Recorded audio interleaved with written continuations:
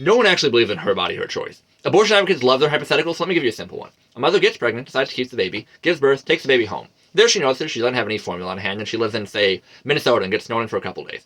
The question is simple. If that woman stops, thinks, and makes a decision and says, you know what, my child doesn't have any right to my body, and I don't want to use my body to keep him alive anymore, and denies that child her body, she stops feeding him, is that acceptable? Is that actually good? Is it feminist and powerful? Or is it child neglect? If that child has no other source of sustenance besides his mother's body, is the mother obligated to use her body to keep that child alive?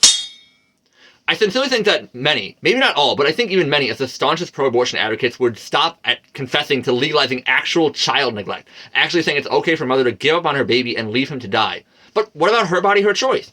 If that mother had the right to say, this child doesn't have a right to my body, to such an extent that a few days earlier she could actively order the child killed, could have a doctor sever his spine with a scalpel, then surely she has the right to simply passively disengage from the child, let him starve more peaceably, doesn't she? Oh, but the fetus isn't human. That's barely even worth acknowledging. Human parents reproduce human children. And what we see and know is that those parents have a responsibility to care for their child. That's what this is about at its core. That's what we, not the anti-abortion movement, but even slightly decent human beings, believe, that a mother cannot neglectfully abandon her child to die. Parental responsibility. The utterly simple standard that you know is true. That parents have an obligation to care for their children. And I said parents, not just mothers, and you know this is true because of what society does with fathers.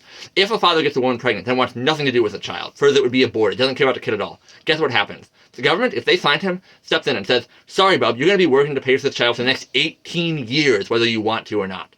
If the dad doesn't want to work, he tries to get out of it. It's his body, his choice. He doesn't want anything to do with the kid. He can literally be put in prison. And however many flaws there might be in the actual implementation of the system, that basic mindset that fathers have a responsibility to their children is absolutely right. Parents have a responsibility to your children.